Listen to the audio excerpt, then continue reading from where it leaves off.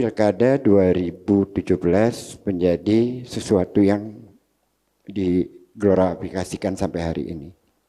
Kita di Jakarta nggak kenal tuh kata toleransi atau pluralisme. Karena tiap hari inherent sudah keluar rumah bermain dengan yang berbeda keyakinan. Nggak pernah ada problem sama sekali.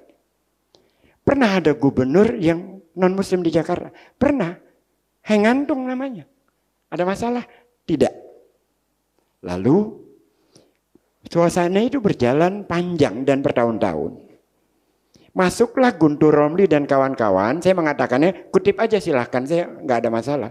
Para liberal udik ini ngajarin kita di Jakarta tentang pluralisme dan toleransi. Siapa lu? Tiap hari kita udah main dengan orang-orang yang berbeda keyakinan. Bahkan sampai hari ini saya lebih hafal hitungan Cina daripada hitungan Arab. Jajal deh hitung-hitungan nama saya. Saya masih hafal, no peit, no pego, no bango. Ayo aja, saya masih hafal itu.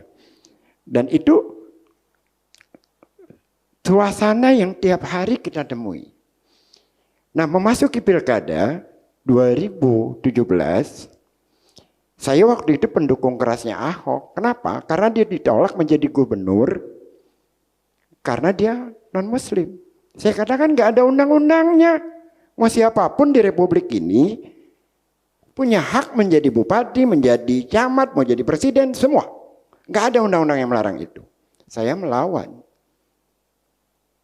Saya melawan terus-menerus dan saya suka dia.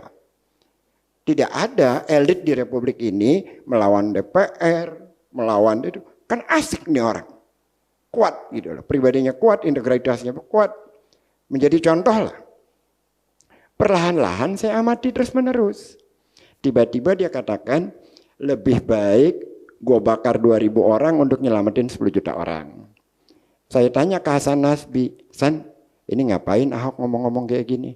Biasalah bang, paling ini aja, blow up media. Gak lama kemudian, seorang ibu dengan anak laki-lakinya, bukan anaknya mungkin yang temenin, nanya ke dia persoalan tanahnya. Ahok gebrak mobilnya, buka aja di videonya ada. Saya makin bertanya-tanya. Gak lama kemudian datang seorang guru ke kantor saya di DKI. Pak, tolonglah Pak, jangan bela-bela dia Pak. Kenapa? Kami dikumpulkan di Monas lalu di pidato.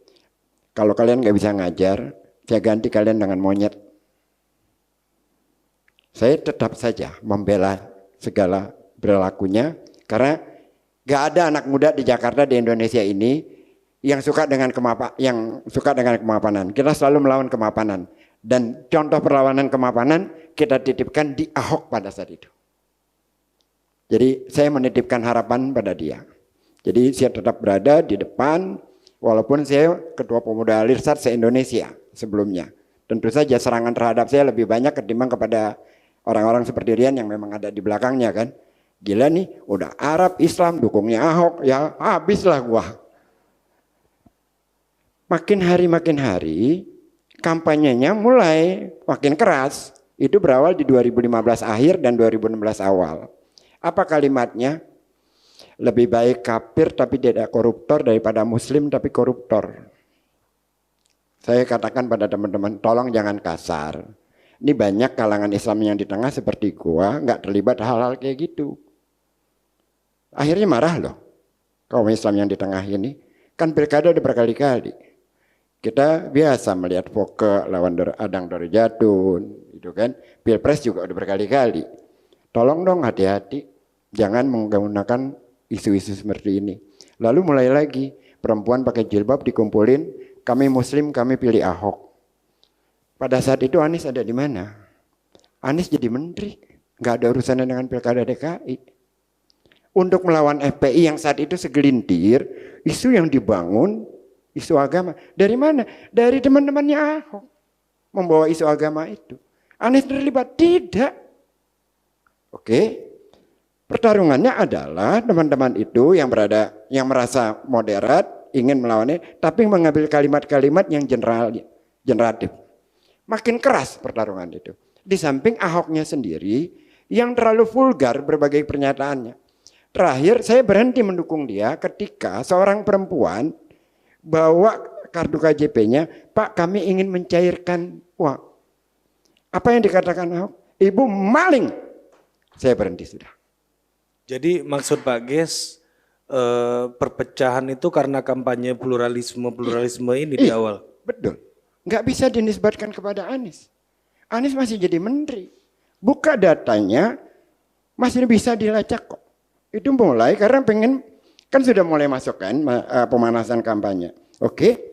Lalu tiba di saat pilkada. Kapan Anies ditetapkan? Anies ditetapkan tanggal 23 September hari Jumat, hari terakhir ketika pilkada. Isu tentang pertarungan itu sudah ada. Sudah ada. Apa yang dinisbatkan kepada Anies pada saat itu supaya Anies tidak bisa masuk ke putaran kedua? Kalian kok memainkan isu itu? Akui sajalah, Anies liberal, Anies Syiah. Kan itu yang dimainkan kepada Anies untuk menjatuhkan dia. Dan saya repot mengklarifikasi isu-isu semacam itu. Semata-mata karena dia rektor Paramadina. Lalu mulai muncul kekerasan-kekerasan baru. Apabila Ahok tidak menang, maka KJP Plus buat janda-janda itu di stop. Itu kan ancaman. Dibalas lagi dengan ancaman. Yang memilih Ahok tidak disolatkan. Ancaman dibalas lagi dengan ancaman. Lalu rapatlah kita, ini nggak sehat. Anies mengeluarkan surat edaran tanggal 17 Maret 2016 agar menghentikan 2017 bukan 2016, menghentikan segala spanduk-spanduk itu. Buka di Detikcom ada surat edarannya Anies terhadap itu. Terhadap spanduk-spanduk itu meminta dihentikan. Kalau ada yang dilakukan itu saya akan datang sendiri. Saya pribadi terlibat di Kemayoran di Jiung menurunkan spanduk supaya itu tidak terjadi. Kalau mau fair, kedua belah pihak terlibat. Kalau mau fair. Tapi apakah Anies terlibat? Tidak sama sekali. Rekam jejaknya jelas, ada semua. Gitu. Ini kalau mau. Lalu kenapa selamanya Anies dinisbatkan kepada itu?